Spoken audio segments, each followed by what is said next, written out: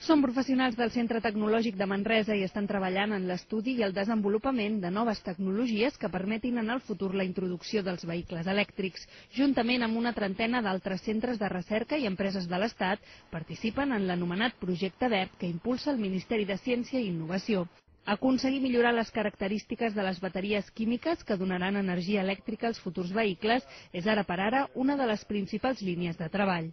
Hem de reduir el pes d'aquestes bateries, hem de reduir el volum d'aquestes bateries i hem d'augmentar la seva autonomia, que és un dels punts claus del vehicle.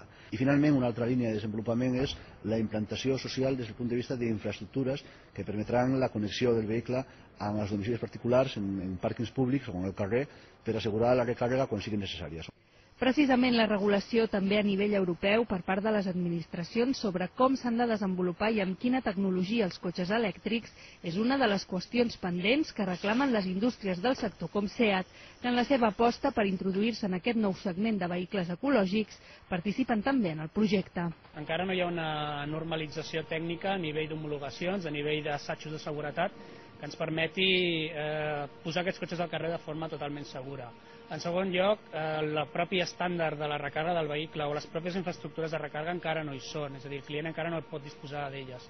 Llavors ens estem preparant, quan arribi el moment, quan això surti a compte a nivell econòmic, a nivell mediambiental, no només pel client sinó també per la societat. Més enllà dels primers vehicles híbrids o elèctrics que ja es poden veure circular pel carrer, els experts calculen que l'any 2015 aquest mercat a Catalunya tingui ja rodant més de 100.000 vehicles verds i que de cara al 2018 ja n'hi hagi més d'1 milió a tot l'Estat. Serà aleshores, afegeixen, quan s'introduiran de manera pràctica a la societat les energies renovables.